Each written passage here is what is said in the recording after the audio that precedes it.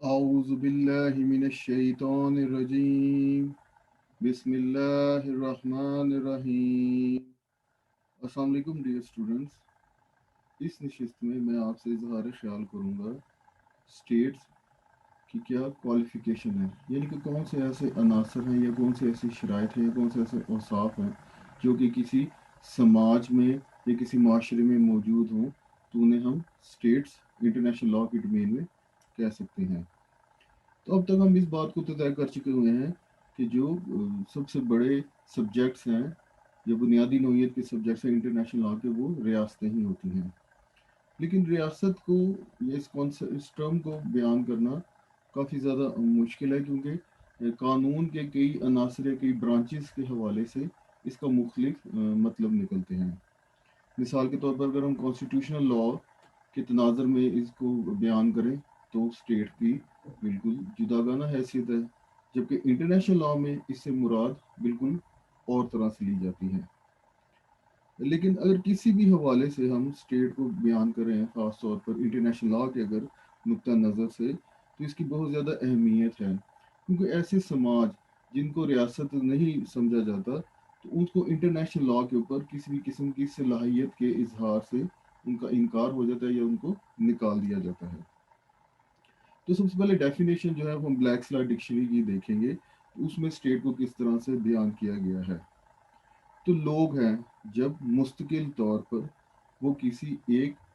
طے شدہ علاقے کے اوپر اس طرح سے آپس میں قبضہ کرتے ہوئے ایک کامن لا کے جو آپ کے عادات ہیں ان لوگوں کی یا ان کے جو رواج ہیں اس طرح سے وہ ایک سیاسی اکائی کے طور پر مارد وجود میں آ جائیں، اور ساتھ ہی ساتھ وہ ایک منظم حکومت کے ذریعے سے ایکسرسائز کریں، استعمال کریں آزادانہ طور پر اقتدار اعلیٰ کی خوبی کو، اور وہ جو ان کی باؤنڈریز یا اس علاقے کی جو حدود ہیں اس کے اندر جو کتنے بھی تمام لوگ موجود ہیں یا جو چیزیں موجود ہیں ان کے اوپر وہ ان کا کنٹرول یا اختیار مکمل طور پر ہو. ساتھ ہی ساتھ ان میں یہ صلاحیت ہو کہ وہ جنگ کا اعلان کر سکے یا اور امن کا اعلان کر سکے، اور اسی طرح سے جو دنیا کا جو گلوب ہے اس کے اوپر اور جو سماج موجود ہیں ان کے ساتھ وہ بین الاقوامی طور پر تعلقات کو قائم کر سکیں یا ان میں شامل ہو سکیں. جو international law and human rights کتاب ہے جو کہ ڈاکٹر ایچ او اگروال نے لکھی ہے، اس میں جب وہ اسٹیٹ کی ڈیفینیشن کرتے ہیں تو فرماتے ہیں کہ لوگوں کا کوئی ایسا معاشرہ جس کا کسی علاقے کے اوپر قبضہ ہو اور اس کے ارکان آپس میں باہم اس طرح سے جڑے ہوئے ہوں کہ وہ ایک حکومت کی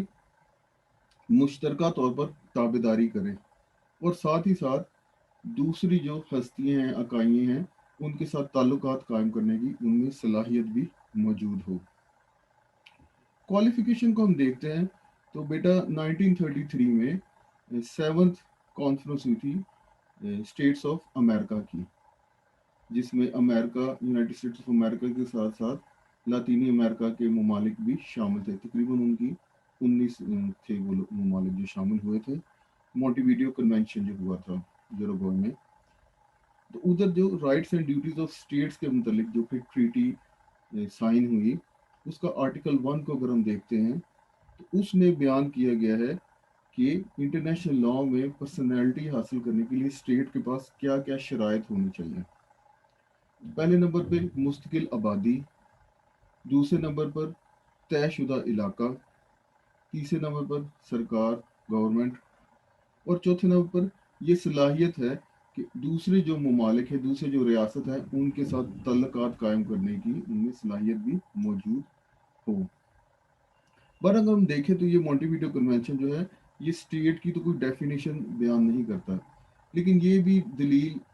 یا منطق دی جاتی ہے کہ مونٹی ویڈیو کنونشن نے جو کہ اس دور میں جو قانونی معیار تھے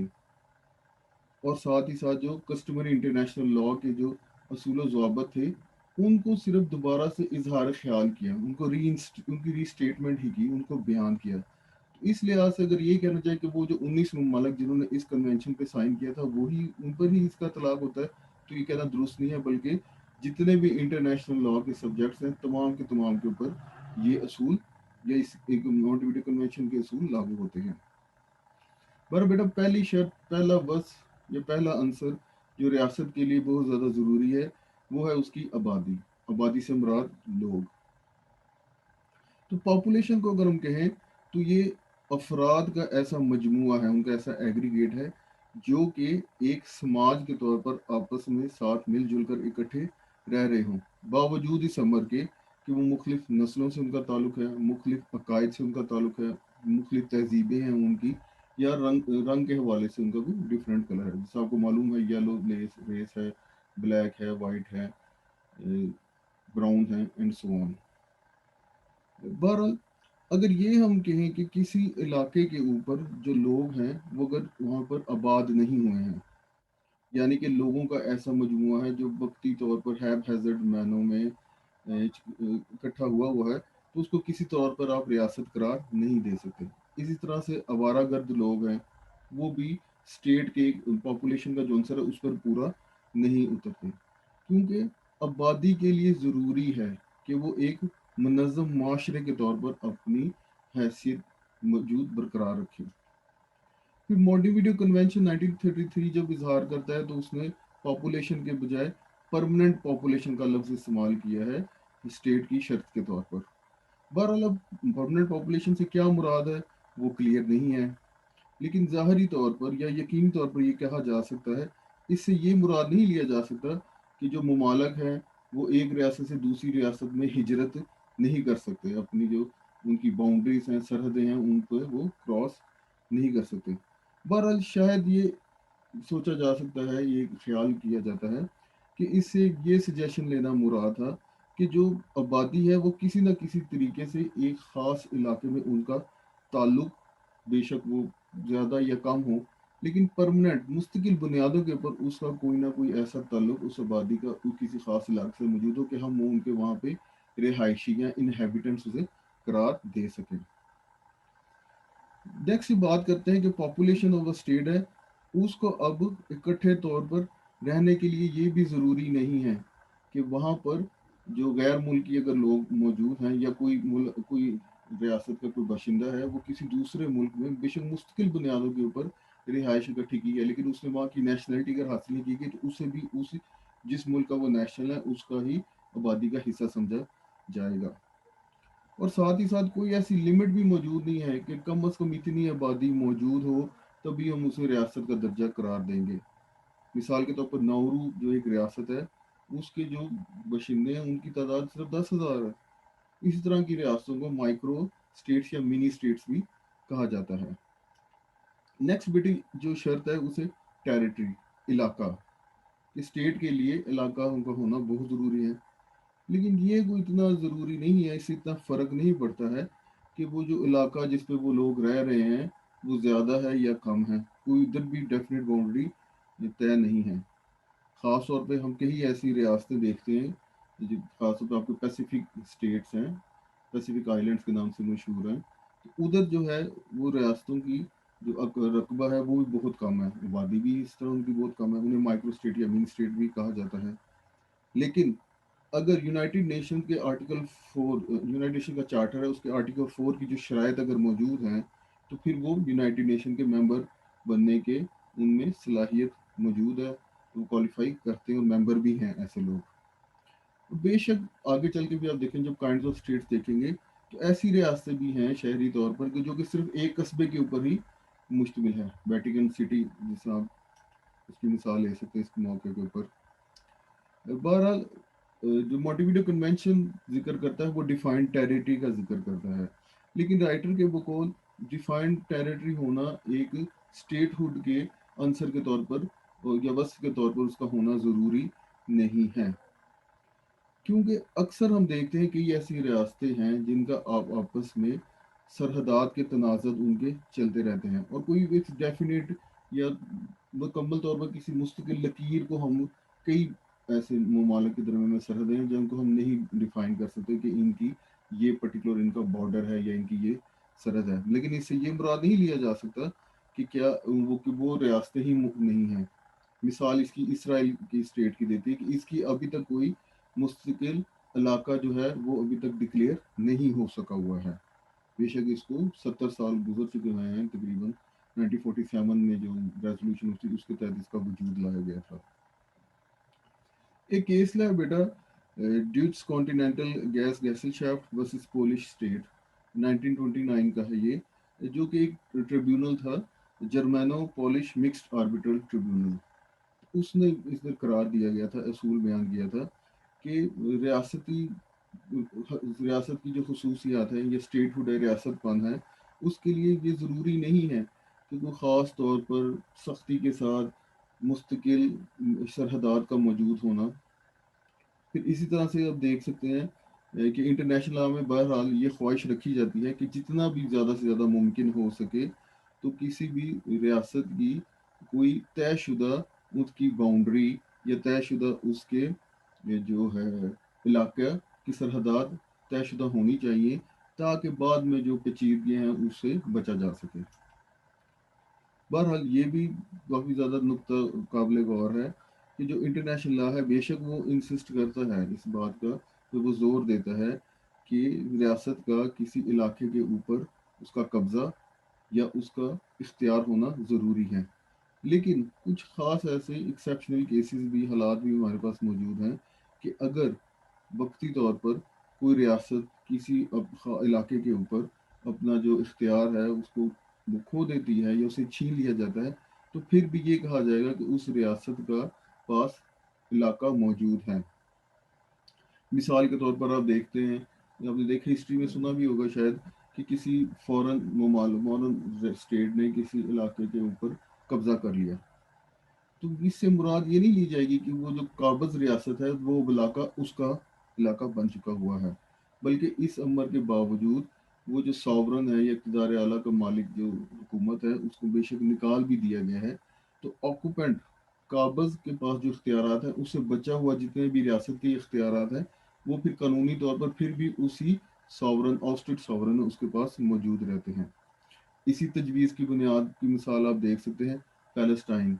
جس کو تو جو پیلسٹینین لبرل آرگنائزیشن PLO تھی 1988 میں انہوں نے اس کا اظہار کر دیا تھا کہ یہ ریاست اب ہے اور باز وجود میں رکھتی ہے. لیکن اب تاریخی طور پر دیکھیں تو ہمیشہ سے اس کی ٹیریٹری ہے جو اسرائیل کے ریاست کے قبضے میں رہی ہے, لیکن اس کے باوجود ہم کہیں گے کہ فلسطین کے پاس کوئی نہ کوئی رقبہ یا علاقہ موجود ہے, کیونکہ یونائٹڈ نیشنز کی جنرل اسمبلی کی جو قرارداد تھی 1947 میں, نمبر تھا اس کا ریزولوشن کا 181,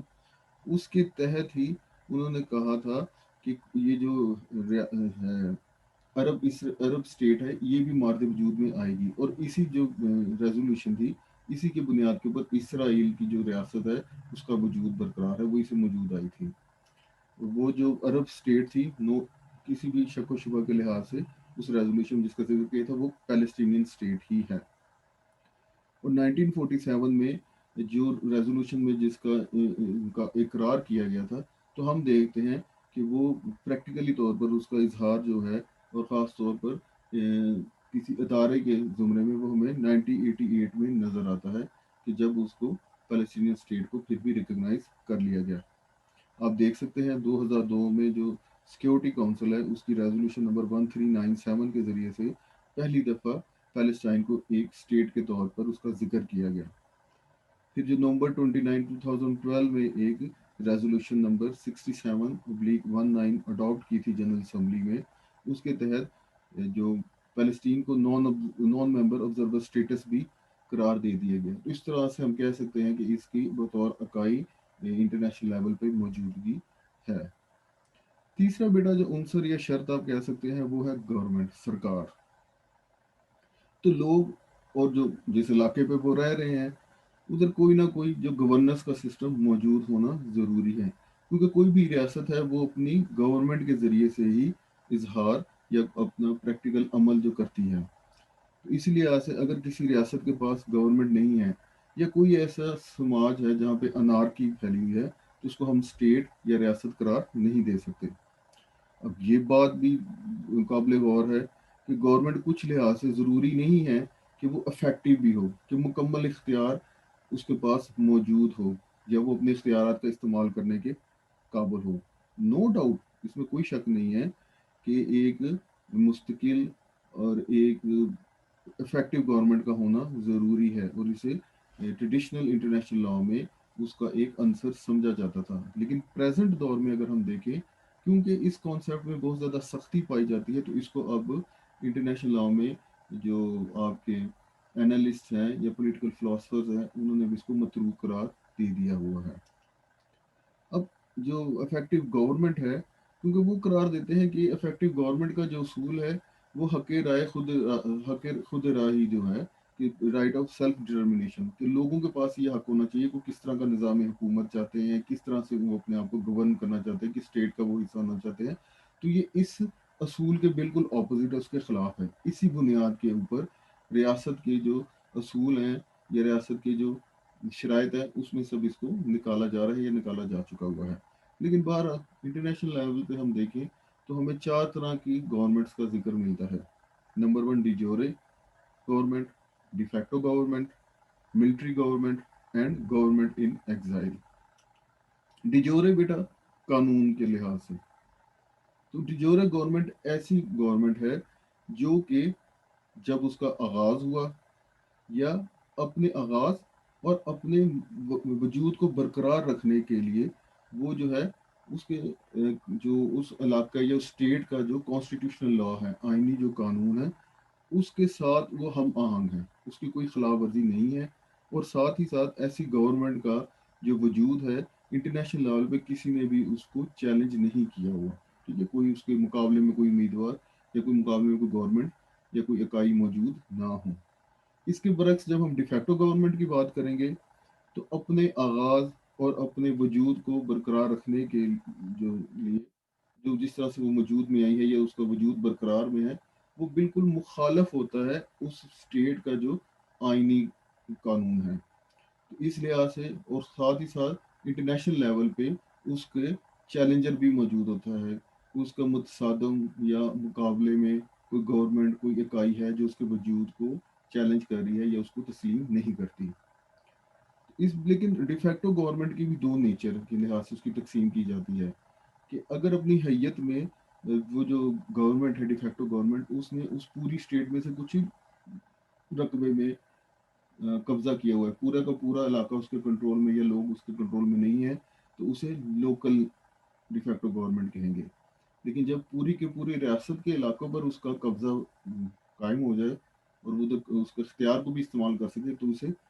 डिफैक्टो जनरल गवर्नमेंट कहेंगे, बेशक कि वो एक लीगल गवर्नमेंट नहीं है। हाँ, जब ये वक़्त गुज़र जाएगा तो जो पिछले वक़्त को देखा जाएगा, तो अगर वो जो गवर्नमेंट थी, डिफैक्टो गवर्नमेंट, उसका वजूद बरकरार रहेगा, ठीक है? तो उसकी कानूनी हैसियत आ जाएगी, तो फिर उसको प्रोविज़नल गवर्नमेंट के ज़िक्र से मुखातब किया जाता है। लेकिन अगर वक़्ती तौर पर जिसने वहाँ पे ग्रुप ने अपनी गवर्नमेंट कायम कर ली, डिफैक्टो तौर पर, लेकिन बाद में उसको नाकामी हो गई, डिजोरे गवर्नमेंट ने दोबारा से उसको डिफीट कर दिया, तो फिर उसको हम इंटरम गवर्नमेंट ही करार देंगे। तीसरे नंबर बेटा मिलिट्री गवर्नमेंट। तो जब किसी रियासत को गैर रियासत मुखालफ रियासत फॉरेन स्टेट उस पर कब्जा कर ले फौजी तौर पर, तो फिर वो जो निज़ाम हुकूमत वहाँ पे चलाती है, तो उस फॉरेन स्टेट के जरिए से तो उसे मिलिट्री गवर्नमेंट कहा जाता है। चौथे नंबर पे है गवर्नमेंट इन एग्जाइल। तो ऐसी गवर्नमेंट जो है जिसको मजबूरन ताकत की वजह से अपने इलाके से निकलना पड़ गया, जिस तरह के वो आप जानते हैं कि कोई फॉरेन रियासत ने आके उस इलाके पर कब्जा कर लिया या खाना जंगी शुरू हो गई, लेकिन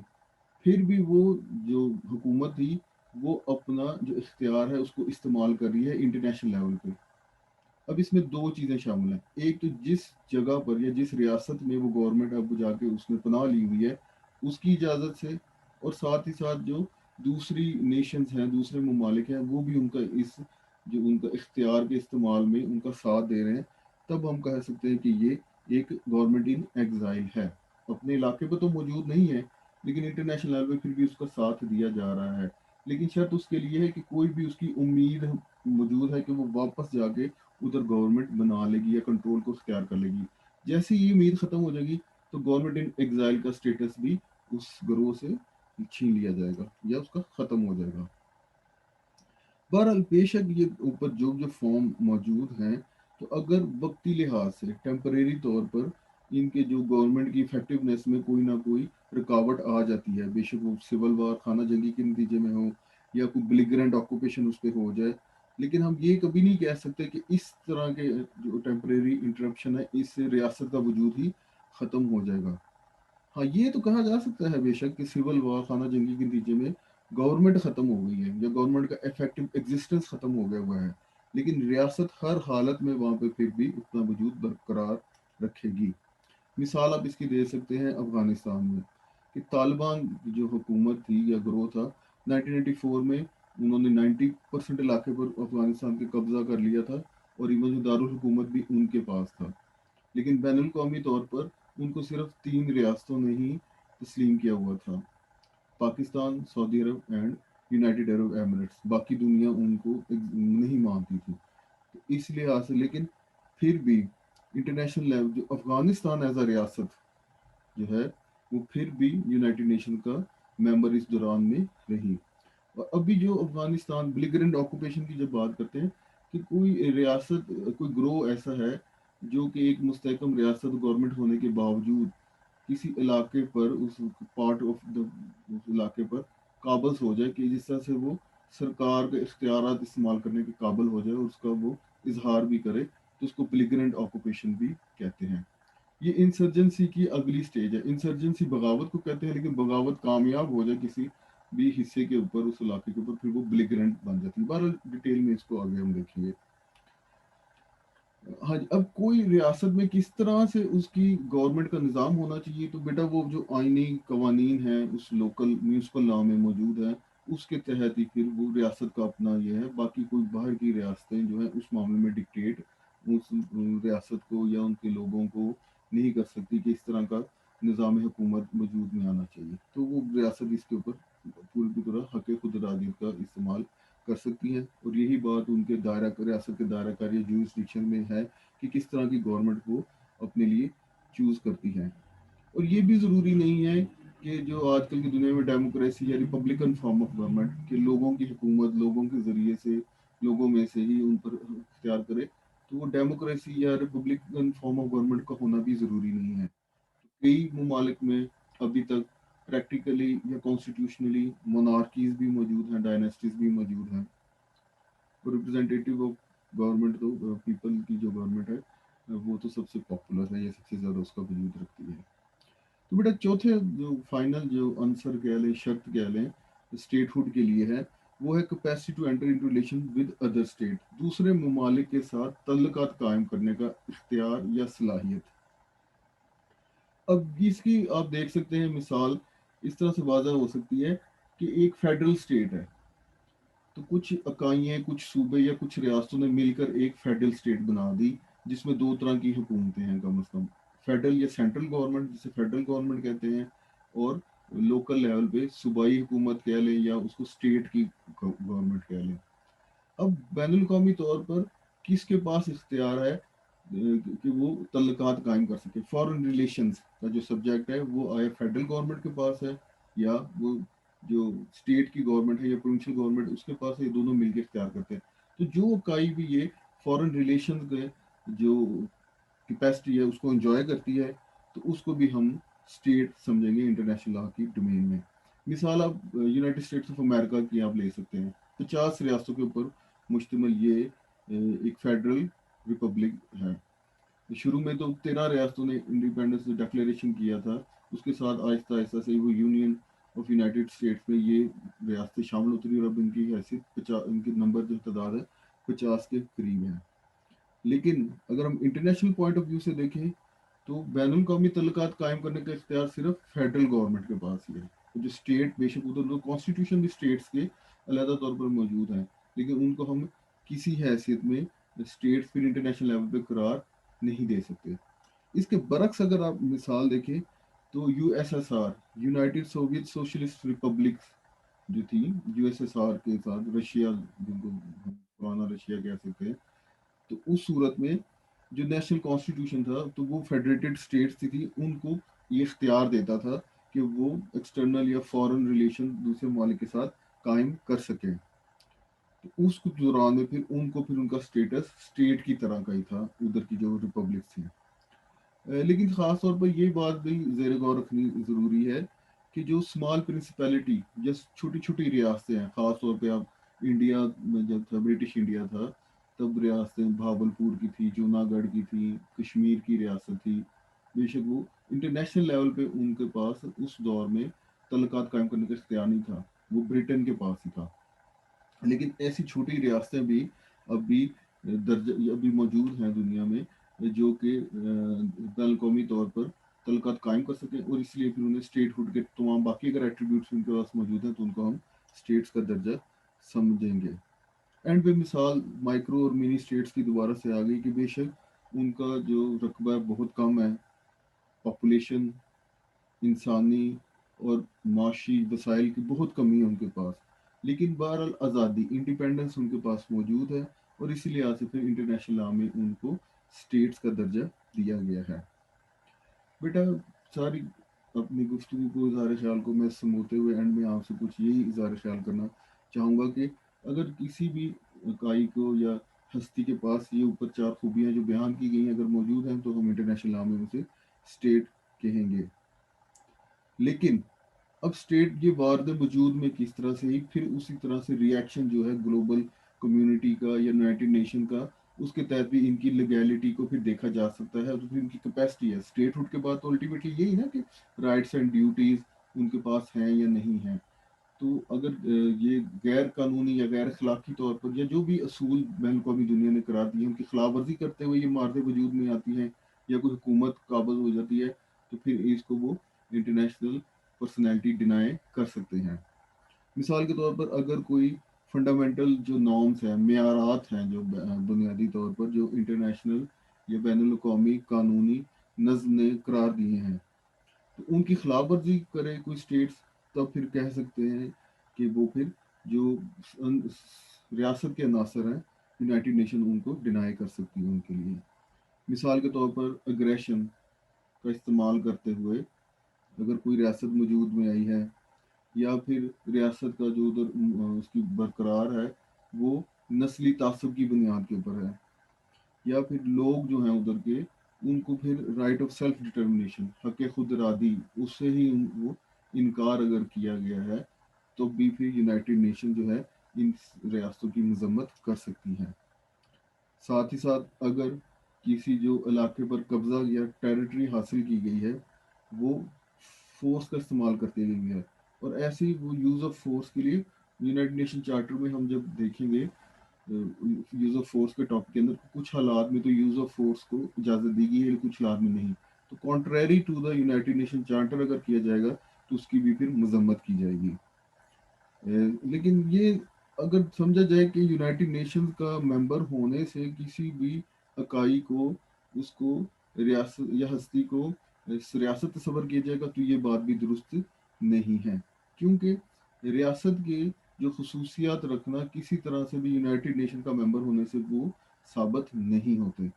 मिसाल आप देख सकते हैं यूक्रेन की और बेलोरशिया की, जिसको बेलारूस भी कहते हैं। तो यूनाइटेड नेशन के मेंबर तो 1945 से ही थे, लेकिन ये union of Soviet socialist republics जो थी, उसका ये 1991 तक मेंबर रहे, तो इंटरनेशनल लेवल पर उन्हें स्टेट का दर्जा हासिल नहीं था। और इसकी उल्टी मिसाल आप देख सकते हैं कि स्विट्जरलैंड यूरोप का एक मुल्क है, तो वो अपना स्टेट के तौर पर वजूद कायम रखा उसने, लेकिन कुछ वजूहत की बुनियाद के ऊपर यूनाइटेड नेशंस की उसने कभी भी मेंबरशिप नहीं ली, अनटिल 2002 में जाके उसको फिर मेंबरशिप उसने हासिल की यूनाइटेड नेशन की। क्योंकि वो उसका ये था, कहीं पे जिक्र ये भी आएगा कि वो जो असला का इस्तेमाल या फोर्स के इस्तेमाल से, मिलिट्री ऑक्यूपेशन से वो बिल्कुल उसके खिलाफ थे। और यूनाइटेड नेशन का चार्टर ये ड्यूटी भी लगाता है कि कभी अगर ज़रूरत पड़े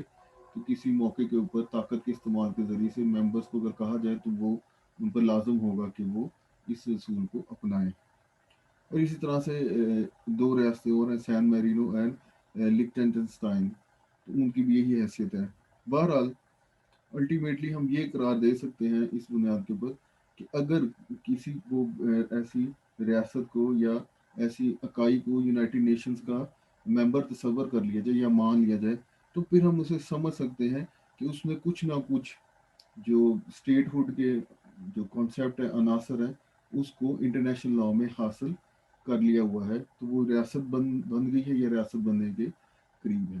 تو بیٹا یہ آپ سے گفتگو تھی، کوئی سوال آپ کا ہو تو آپ ادھر بھی پوچھ سکتے ہیں، کلاس میں بھی انشاءاللہ ذکر ہوگا۔